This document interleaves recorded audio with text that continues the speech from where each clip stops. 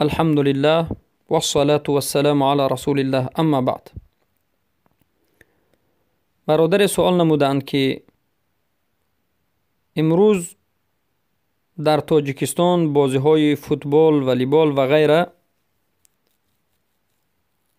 به نهایت پهن شده است و این بازی ها اساساً به پول و مبلغ خود بازیگران به وقوع می پیوندد.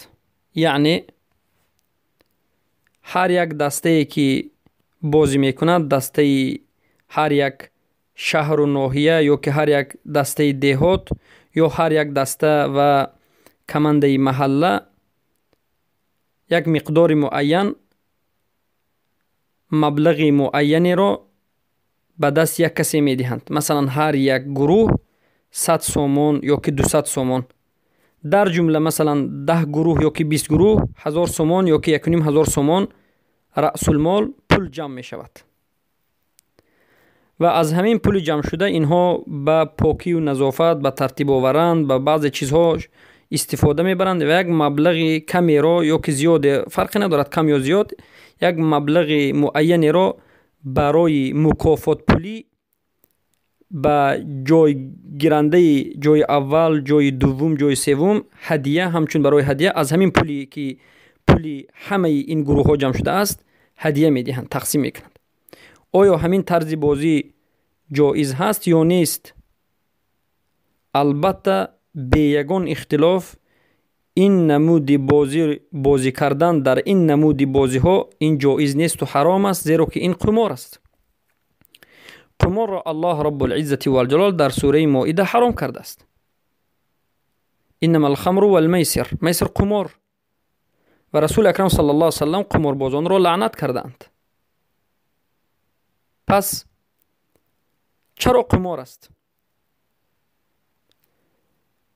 وقتی که چند نفر بازی میکند یا چند گروه بازی میکند و همه به بین یک مبلغ معین میگذارد و کسی که غلبه کرد از همین مبلغ میگیرد، البته این قمار است، میسر است، حرام است، زیرا که این پولهای دیگر انسان ها رو به باطل خورده ایستاده است و این حرام است. بارک الله فیکم. و به اتفاق علما با حدیث و قرآن این حرام است. خیلی که حدیث رو بیان کردیم که رسول اکرم صلی الله علیه و سلم قمارباز رو لعنت کردند.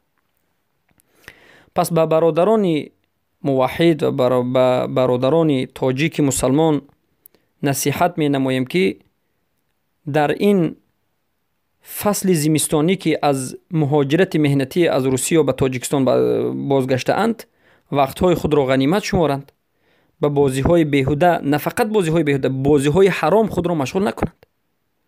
این بازی 100% حرام است و گناه کبیر است. قمار گناه کبیر است. هر کسی که گناه کبیره را انجام میدهد اگر توبه نکرده و فوت بکند، البته مستحق عذاب است، باید عذاب بکشد، لیکن الله کسی را خواهد میبخشد، در مشیت الله است. بینهایت گناه بزرگ است. اما افسوس که امروز بسیار جوانمردان مسلمان از سبب جهالت و بی‌علمی به همین نمودی بازی ها مشغول میشوند و با سوال دادن که اگر پولی کمی را از همین پولی جمع شده، از همین مبلغ جمع شده، از 100 فایزش 10 فایزش رو به مکافات صرف کنیم و بخ، این هم حرام است. 1 فایزش رو هم به مکافات صرف کردن حرام است، به جای اول دادن یا که به جای دوم دادن، برای که قمار است. بارک الله فیکم. و مشاهده کردن این چنین بازی ها آیا جایز است یا نیست؟ جایز نیست. مشاهده کردن قمار این رضا بودن به قمار است. بازی های فوتبال که امروز فوتبال عالمی هست، فوتبال های عالمی که همه اش به برنامه و سیستم قماری به جا گذاشته شده است، مشاهده کردن، راضی بودن به همین بازی، دستگیری کردن و یا مشاهده کردن فوتبال ها و والیبال ها و بازی هایی که در بین جماعت ها، در بین محله ها و شهرها می شود و خودی این گروه ها پول می گذارند، از همین پولشون، از همین مبلغشون مکافات می خرند و این طور چیزها، همه اش قمار است. مشاهده کردنش هم حرام است. بارک الله فیکم. و و اما سوال دیگر این است که بازی کردن تنیس به یک نموده که دو نفر بازی میکنند، کسی که موند، انسانی که موند یعنی باخت، از این بازی باخت، ما میگیم به عرف عادتی لهجه خودمون موند، باخت یا که مغلوب گشت. انسانی که در بازی تنیس مغلوب گشت پولی بازی را به صاحب این تنیس میپردازد. آیا جایز است یا نیست؟ یعنی دو نفر بازی میکنند به یک شرط که هر کسی که بای داد، باخت، مغلوب شد، اون پرداختی بازی را میدهد. البته در اینجا این نمود یا که این طرز بازی جای قمار ندارد، جای قماری ندارد. چرا که مبلغ را یک نفر داده شده است.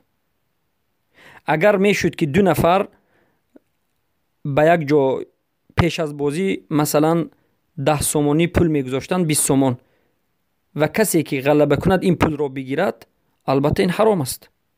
اما اگر به شرط این که هر کسی که مغلوب شد پول را اون پردازد، در این حالت باقی ندارد. بارک الله فیکم.